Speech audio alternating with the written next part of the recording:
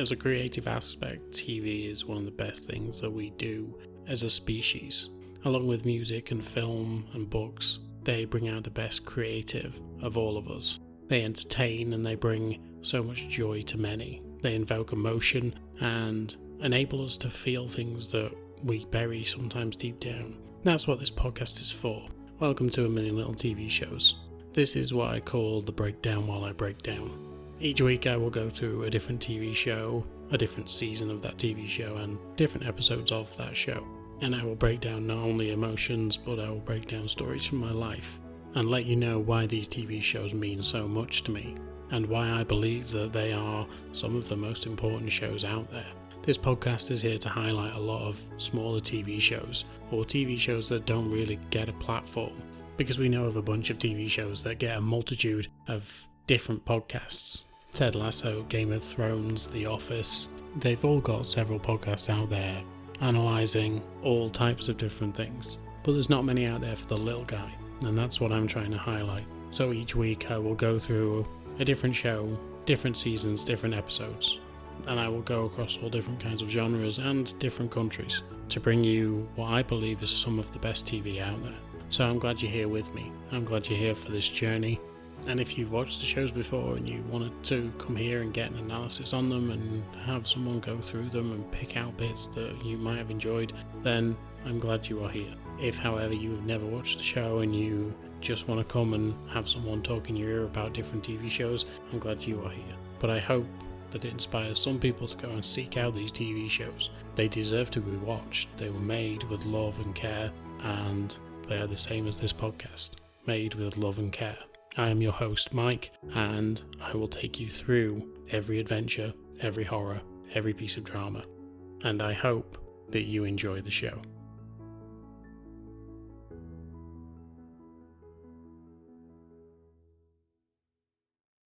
Hello there, and welcome back to this A Million Little TV Shows podcast. This is now episode 6 of season 9, and I cannot wait to get back into this show today, because I'm finally doing it. I'm finally getting into the final season of Kevin Can Fuck Himself. And it was a great start. Annie Murphy is just a fucking star. And after a stint in Schitt's Creek, she was brilliant in this show. It was a shame that it lasted on 2 seasons. But I think the actual show itself had so much depth in it and was very creatively done. I haven't seen a comedy like this, where on one side it's so light-hearted, on the other it's just dire. And I also like the switch around of seeing how many people now are living in this existence, that being around Kevin is all light and fluffy and stupid, like a normal sitcom, especially like when I grew up in the 90s, that kind of sitcom was all the rage. But the actual reality of it is that Annie Murphy's character is so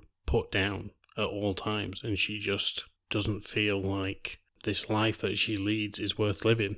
We know at the end of last season she was wanting to kill her husband, and we also know that his best friend found out about that. And so that's where we're going to be going into this season, how this all came about for her and what's going to happen next. Because like I said, his best friend knows.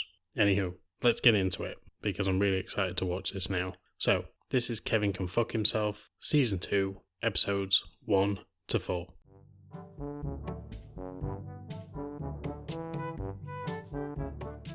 Episode 1, Mrs. McRoberts is dead. And so, at the end of last season, we had a situation where Neil, Kevin's best friend, found out his wife, Allison, was actually planning to kill her husband. And that throughout the whole season, she'd been plotting to do this alongside his sister, Patty. And so, when Neil confronted Allison about this, he ended up trying to choke her out in her kitchen. And it's here we see that now Neil has been dragged into this sort of dark, dingy world where Kevin is no longer there.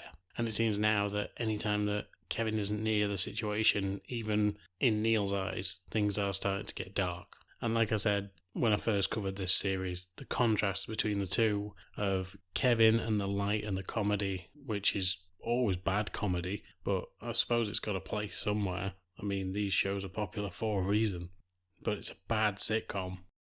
And then to have the other side of this, where Allison feels like she's not seen in her own marriage, and the world around her is gloomy and dark and like shameless, as opposed to the other side of it, where it's something a bit like everybody loves Raymond. But right at the end of the season, Patty actually came in and confronted Neil and smacked him over the back of the head. And that is where that season ended. So going back into this, we pick up right where it left off.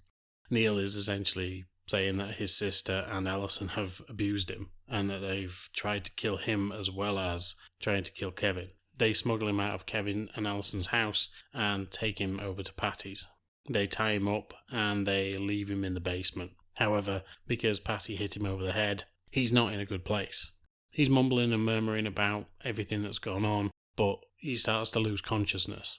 And even though both Allison and Patty were both going to be looking after him, neither of them are actually doing so. And so when he passes out, it's just as Patty has come back from a date with the detective, Tammy Ridgway. And of course, in the first season, Tammy was hanging around quite a lot and was suspecting of Allison being in Patty's space at all times. She doesn't know what's gone on, of course, but she is suspicious and wants to make sure that Patty is okay. This relationship seems to take a toll on her every time that she talks about it, and Tammy doesn't know what to do. So once Patty comes back, she finds Neil in the basement, and like I say, he's just about to pass out. But before he does, he tells her that she's been like this the whole time. She's always been like this. When someone who is, best way to put it is, a popular girl, shows her any sort of attention, Patty will lap it up, and even if it's bad attention, she will just take it. And that's what Neil fears that his sister is now doing, that she is taking all this bad energy from Allison and just helping her through her life. But then Neil passes out and Patty has to take him to the hospital because she's not going to let him die. Allison, however, at this point, after locking Neil up in the basement and Patty going on this date, leaves to go back home. Kevin is now starting to do this campaign for his seat on the city council. His dad thinks that it may be a good idea to do a sensible ad, but Kevin is just going to be Kevin. He's done the sensible ad, he doesn't like it, and when he asks Allison to have a look at it, she basically says, yeah, it's okay, but it's not really you. Let's do an advert about the real you. Allison is worried because she knows that if Kevin gets on the city council, he's going to be a celebrity in the area, and she can't have that. She wants him to just be a man in the background, and then when he dies, no one's really going to pay much attention. However, now a city councilman potentially dying is going to make headline news, and she is going to be investigated for it. And so Allison tries to get him to record more of a, sort of Jackass style video than anything else. He's using a lot of buzzwords, he calls himself the Wild Man, and it seems like an absolute spoof. He's also throwing darts at a dartboard with the mayor's face on it, and of course it's the mayor who's going to be picking who the councilman is, or at least who he's going to be working with.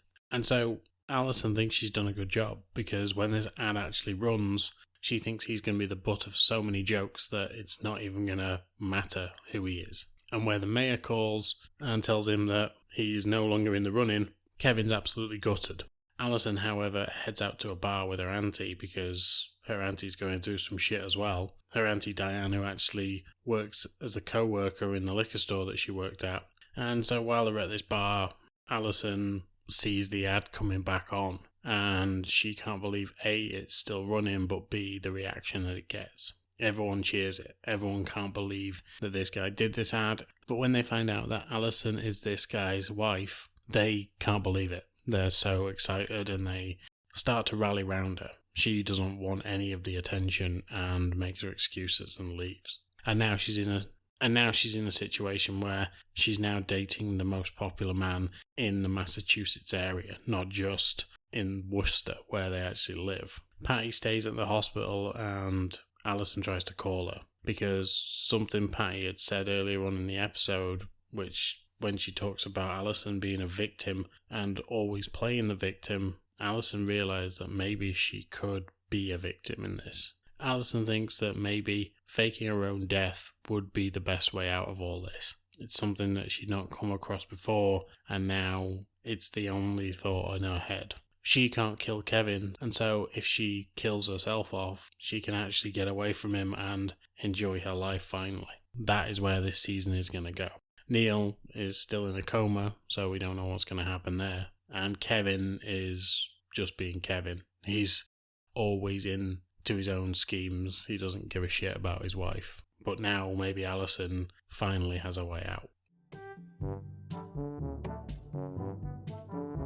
Episode 2, The Way We Were. So, with the fact that now Neil is awake in hospital and is ready to tell Kevin about everything, Allison and Patty basically blackmail him. They tell him that Tammy, the police officer, already knows that Neil has spoken about killing Kevin, and all they're going to do is convince her that Neil was going to act on this.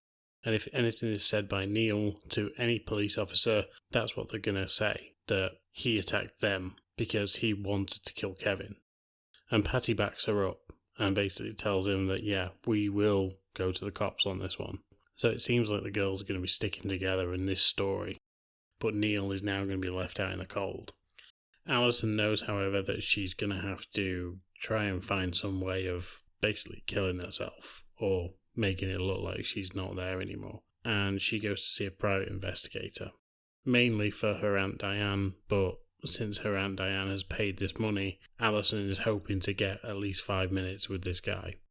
But this guy essentially tells her, look, your aunt paid for my time. You didn't, so until you were willing to pay, I'm not going to be offering you any advice or giving you any help. And so now Allison needs to find a way to actually fund being able to pay this guy off. She decides that maybe she needs to go back to her old job, but her auntie tells her, I've already took someone on, and no, you can't have your job back. She goes back to the restaurant where she works and finds out that Sam has fired her. So she doesn't know what to do. The only other suggestion is that she maybe pawns some stuff, but she doesn't know where to get it. Her aunt, however, tells her that maybe they can go to the storage locker that she has for her husband, because Kevin has been keeping some stuff in there. Allison goes over to this storage bin and finds some stuff that is fairly useful. She gets a pearl necklace, and also she manages to find a baseball card, which would have been a rare and exclusive thing. I've got no fucking clue about baseball. I know Wade Boggs was a great player, but I have no fucking clue who he actually is or what he actually did. All I know is that he was in an episode of The Simpsons, so that's my full knowledge of Wade Boggs, unfortunately. But yeah, so Allison finds this baseball card. She takes it to a pawn shop, and the guy basically tells her this is stolen. He says that he's going to report her, but it's all a gaff. Like, the card is stolen, but he's not going to report her, but he does have to keep the card. And so, even now he's not there, Kevin is still causing her frustrations. She is trying to get away from this man who has plagued her throughout their marriage, really ran her down and made her feel like she isn't worth anything. And even now, she's still trying to get away and can't. Neil, however, has got out of hospital and he's in a bad way. Anytime that he goes over to Kevin's place, he just remembers what happened that night. He remembers grabbing Allison by the throat, and he remembers being hit from behind by his sister. The only problem is, obviously, Kevin has found him in the house, and so Kevin wants him to help out with some of these antics that Kevin usually fucking gets into. This time it's going to be a journalist from the local Gazette that's going to be taking his story down. And so, because Neil is such a loyal acolyte to Kevin, when Kevin basically suggests that he needs to be his assistant for the day, Neil takes him up on the offer, but you can see that this is now starting to get to Neil. He is also having this effect where whenever Kevin isn't in the room, everything is dull. And so he agrees to help Kevin because it's like he's getting his old life back. But actually he starts to realise how bad that old life was, how depressing it was, and he shouldn't have to suffer just because of Kevin. After a day of being unappreciated by Kevin, he goes back to see his sister and breaks down in front of her. This isn't the way that he wanted to live his life, and being around Kevin is just too much. And especially after the fact that he almost murdered Kevin's wife, Allison, because of his friendship with Kevin. Allison, however, after finding out that this baseball card isn't actually worth anything, well, it would be, but if it wasn't stolen, she'd be quids in, but she's not. And so she decides to sell the only thing that she has left. And that is her grandmother's pearl necklace. And so she goes and meets up with this PI again, and when she does, she's informed that her auntie has actually left town due to the issues that she'd already been having, and the fact that her auntie's former boyfriend is getting violent, and has now come after this PI for giving her advice. This PI is unsure of what to actually do when it comes to Allison, but when she tells him that she will give him this necklace in payment for his services, he decides that he needs to know more and will assist them in whatever they've got to do. And by them I say Allison and Patty, because Patty has gone with her. Episode 3, Ghost. So, after the last few weeks and days, we start to see the toll that this is taking on Neil. Obviously now, like I've said, he's living in the reality that Allison lives in and not the one that Kevin previously kept him in. So even though that Kevin's his best friend, he's starting to see issues with this whole arrangement. But also he's not sleeping well. And when he wakes Patty up in the middle of the night, she ends up hitting him again, which obviously will cause issues for him. And he tells her, look, I wish you'd done the job properly. I wish you'd hit me so hard that I couldn't remember any of this. And it seems that whatever has happened to him now has put him in such a depression that he wishes he was just as naive as before. And Patty is obviously worried about her brother. In the dark and gloomy glow of this particular episode and this show, anyone who was that depressed, you'd start to have real concerns about. And Allison has felt the same throughout her time in this show. She's felt depressed, she's felt upset, and she's felt like nobody listens to her until now. And every time that someone comes on board with her and starts listening to her, she drags them into this level, into this darkness, instead of the light being up there with Kevin. But that's where all the problems come from. And it seems like sort of a problem shared, a problem halved situation where while she's trying to get away from all of this, she's dragging people in to see what Kevin does to their lives.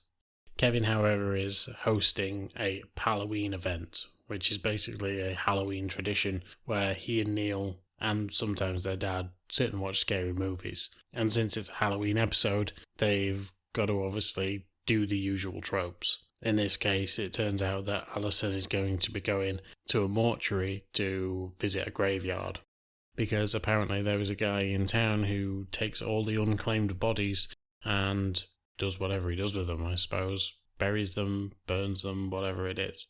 But this PI that they hired previously has managed to get them some time in this room full of dead bodies to essentially go and pick a new identity for Allison. She's going to be looking for someone around about her age, and I suppose would still have an active social security number so that Allison can go to work. Obviously, wherever she lands in her new life, she's going to need to work. So while they're in the basement, they find only one who is decent, and that is a woman named Gertrude Franch. With a name like that, Allison isn't happy, but she's going to have to go with what she's got. At this point, it's a case of beggars can't be choosers, and this woman has no online presence and seems to have no close friends or family, so she would be able to get away with it. But instead of taking that one, Allison heads out into the graveyard to just go and look around, see if there's any others that take her fancy, I suppose. But when she gets out there, she gets spooked. It's a graveyard after all. I'm sure at Halloween we'd all get spooked. And she ends up falling into a grave. Why there are open graves, I have no idea, but I don't run a graveyard, so what the fuck would I know?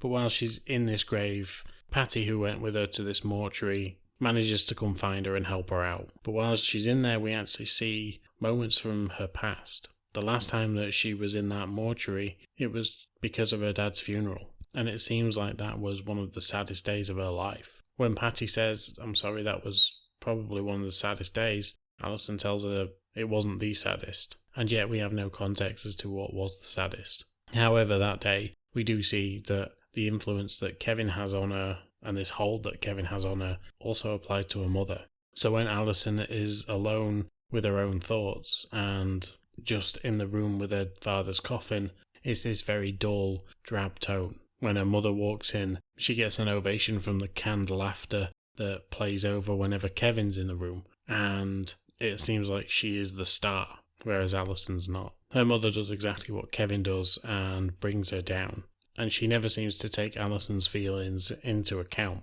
which is possibly why Allison ended up with someone like Kevin. That night, however, Allison goes to a bar and she is drinking. It's the same bar that her dad used to be in, and when someone comes and sits next to her, it turns out that it's Patty. She meets her for the first time, she talks to her, they get along, but she can see that Allison's really sad. Eventually, Patty meets up with her brother and his goofy friends, one of which is obviously Kevin. Allison, in this depressive state that she's currently in after losing her father, hears Kevin crack a joke, and it manages to make her laugh. She's, of course, drunk at this point as well, and that's how he gets involved with her and how they end up together. Even when Patty tells her to run, Allison doesn't. And when Patty at the end of the night asks if she's ever going to see Kevin again, she tells Patty, yeah, he's going to be cooking me dinner in the next couple of days. But Patty knows that Kevin isn't the good guy that he portrays, and that he really is a bit of a shit. And so at that point, Patty could have said something, but she didn't. And all these years on, she's never told Allison that she should have told her just to keep going and just to keep running. Once Allison is out of the grave and her and Patty have gone home, Allison gets to her front door, but Kevin is inside acting up because he's watching a scary movie and it's scared him a little bit. So when he hears someone coming up the stairs outside their house, he thinks it's a zombie because, of course, he fucking does. The man's a fucking moron. And as soon as the door starts to open, he runs up and kicks it shut, shutting it on Allison's face. Of course, Kevin won't take the blame for any of it and literally sits there and tells them that it was Allison's fault. Again, nobody really leaps to Allison's defence. They try, but Kevin is just so up his own arse that he can't see the trouble that he's caused his wife. And so now Allison knows that she has to get out of there. She's known all along, but this has just been the final straw. And she knows that she has to become Gertrude Fronch to finally leave Kevin.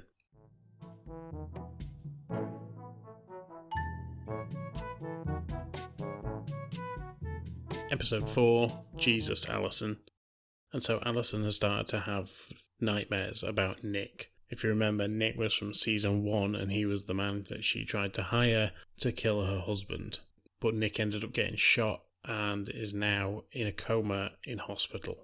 And so, since she keeps having these visions of Nick, she goes over to the hospital with Patty. While they're there, there's no obvious signs of life. He's still in this coma. But while they're there, Allison tries to find out more information from Patty to see if Tammy knows anything. But it seems like Tammy doesn't have any more information, or at least anything that she's letting Patty know about. But just as they're about to leave the hospital, Nick's mum comes in and sees Patty for the first time in a while, ever since Patty turned up on her doorstep that one time. And she tells Patty happy birthday. And it's here we get the plot line for the actual episode. Because Patty is someone that wouldn't like any sort of surprise birthday party. And of course, Allison is someone that wants to thank Patty for all that she's done for her. And when she finds out that Patty's never had a party or anything like that, and especially since Allison didn't really know it was her birthday, even though she's known her all these years, Allison decides to throw a party for her. Of course, anyone that speaks to her tells her that this is a bad idea because it's Patty and she is, I think the best way to put it is, grumpy. She's very set in her ways and she doesn't really engage with that sort of thing. She certainly wouldn't like the surprise element of it.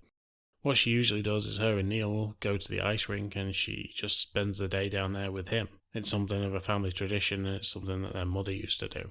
But Allison is determined, after everything that Patty's done for her and is going to be doing for her, she wants Patty to know that she's been appreciated.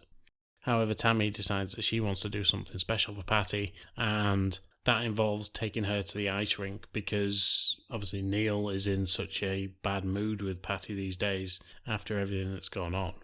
But when Tammy goes over to see Allison, Allison lets her in on the secret, that she's throwing this secret party for Patty and that she actually wants Tammy's help. So Tammy decides that she's going to hang out with Allison for the day and just try and make sure that Allison knows her place when it comes to what's going on with her and Patty. And so it seems a bit of a bonding day for these two, but obviously anything that Allison's doing is going to be under suspicion because Tammy doesn't trust her. She doesn't like how involved Allison is in their lives and how much time she actually spends with Patty. They go around town and they pick up things like a cake and some booze. But when Allison actually goes over to Sam's place, the restaurant that she used to work at, she heads in to speak to him while trying to collect a cake. She knows that Sam does a delivery at night to City Hall, and Allison needs to get inside City Hall at a time when it would be a little bit more quiet. Sam, however, is still pissed off with her and doesn't inquire as to why. It turns out that the death certificates for these people that are in this guy's basement, this mortuary, are actually being processed soon. And if Allison doesn't get this particular death certificate, the shit's going to hit the fan. So that's why she wants in City Hall. And of course, Kevin is being his selfish usual self.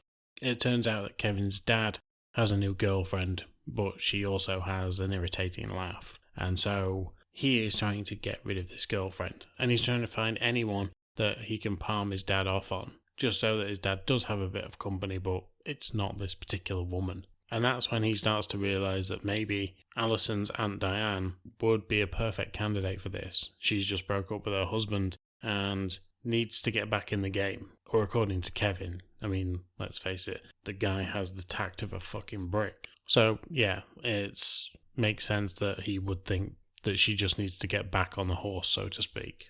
And so everyone is going to be descending on this party. Some of Patty's friends, some of Tammy's friends, and, of course, the main core group. Eventually, after distracting Patty at the ice rink, where he essentially gets so drunk, like ridiculously drunk, and starts to abuse Patty, they end up getting banned from the actual arena. Patty heads back home with Neil, but Neil drags her over to Kevin's. Just as they're arguing as they go through the door, Patty gets the surprise. Of course, the party's a disaster. It's been organised by Allison, and as good-hearted as she can be, it's not what Patty wants. Plus, the people that are actually there have been invited by Tammy, and of course, Patty has a bit of a background. We remember how Allison met her in the first season, or started to talk to her more in the first season, and that's because Allison wanted drugs. Patty used to be a drug dealer, and now she is no longer one. And that's how her and Tammy met. But the client book that Tammy actually got hold of wasn't the people that she was cutting the hair of. It was actually the people that she used to deal oxy to. And of course, Tammy's also invited her cop friends. So now you've got a bunch of people who take drugs, a drug dealer, and a bunch of cops in a room. And so everyone's a little bit skittish around everyone, and eventually everyone leaves the party, including Diane, who ends up being insulted by Kevin because he suggests that maybe Kevin's dad goes out with Diane. Kevin and his dad head off to the bar, leaving Patty and the rest of the crew at the house. Neil goes off with them and ends up coming back early because he just can't be around them anymore. He ends up in Kevin's backyard where Diane is sat there and they sit down and talk together. Allison, however, has Sam pulled up at her house. He tells her that he doesn't want any more to do with her, but he's going to give her the name of someone that if she pays him, he works in City Hall and he will get the documents that she needs. And she essentially tells the whole plan to Sam, that she's going to leave, that she's going to fake her own death, and that she'll no longer be there to bother him anymore. Tammy, however, at this point is in bed. She gets a phone call from a work friend of hers, and they say that they've got the tape. And that tape is the one from the gas station in Vermont, the one where Patty beat up the man for the oxy. And it turns out that Patty has been caught on tape going into the facility not long after this guy was robbed. And so now Tammy is suspect of everything that has been going on in her relationship.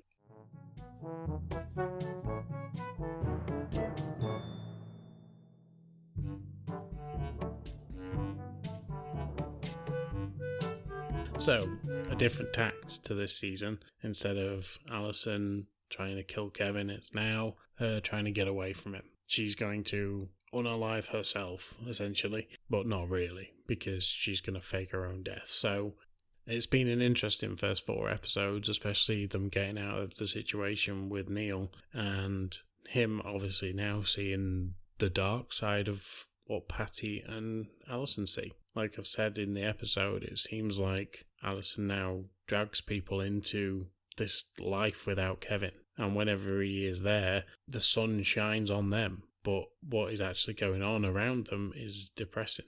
Whereas when they are away from him, they can feel a little bit of relief. They can start to feel like real people again instead of being stuck in this laughter track, which is essentially all that follows Kevin around. It's such a good show. Like, some of the lines that are in it are so funny and so sharp-witted. You know what Kevin's like now. You know how bad he is and how much of a piece of trash he is.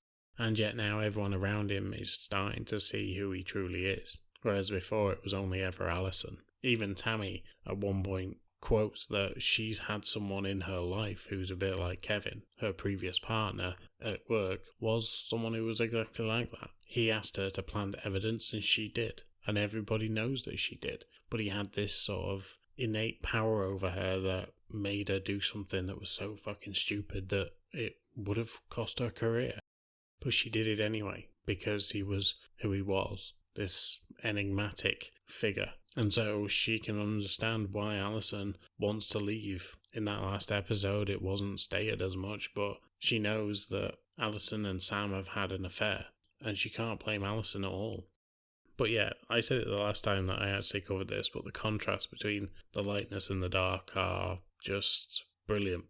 It really is. Whenever Kevin's out of the room goes dim. You see all different types of angles instead of just the straight-on usual angle that they use in a sitcom.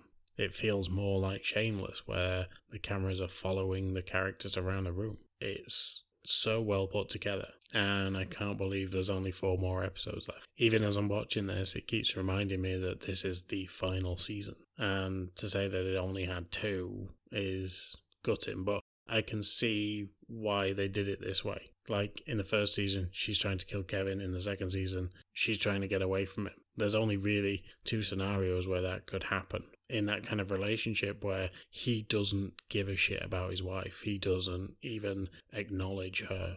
And any problems that she has, he just ignores them. And so the only way that he will notice that she's not there is for her not to be there. Whereas if she got so depressed that she tried to unalive herself for real, I don't think he'd even notice that she was depressed, because he's not noticed that she's depressed at all. So yeah, it's a very interesting show and I absolutely adore it. But I can understand why it's only 2 seasons long, because I think dragging it out would have killed it. But anyway, we'll get more into that next episode. So I'm doing things a little bit different for these next few episodes, so I'm going to be covering Sharp Objects next week. I'm going to be covering Saint X the week after that. And then I'm going to be covering Inside Number 9 before I come back to Kevin Can Fuck Himself. And then I will cycle through those 3 series again to get to the end of this season. But come find me on all the places, on all the things. And until next time, I will speak to you soon. Bye.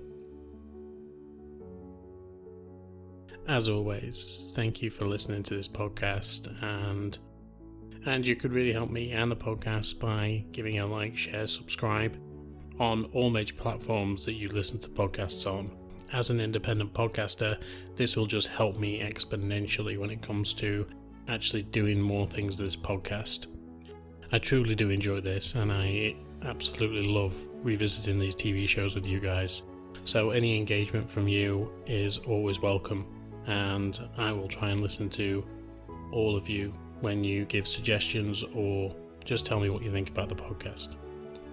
But once again, thank you for listening, and until next time, I will speak to you soon. Bye.